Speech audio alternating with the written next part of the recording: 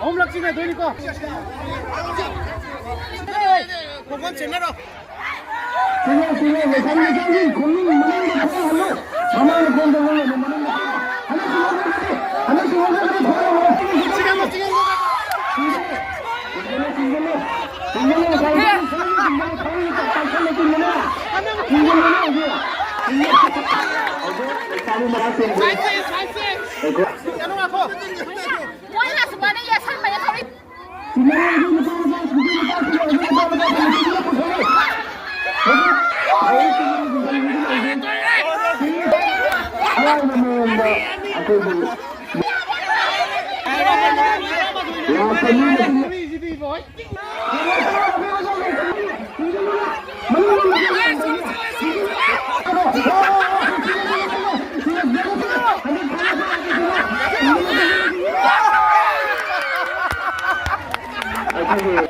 Agung Anda singkatnya masih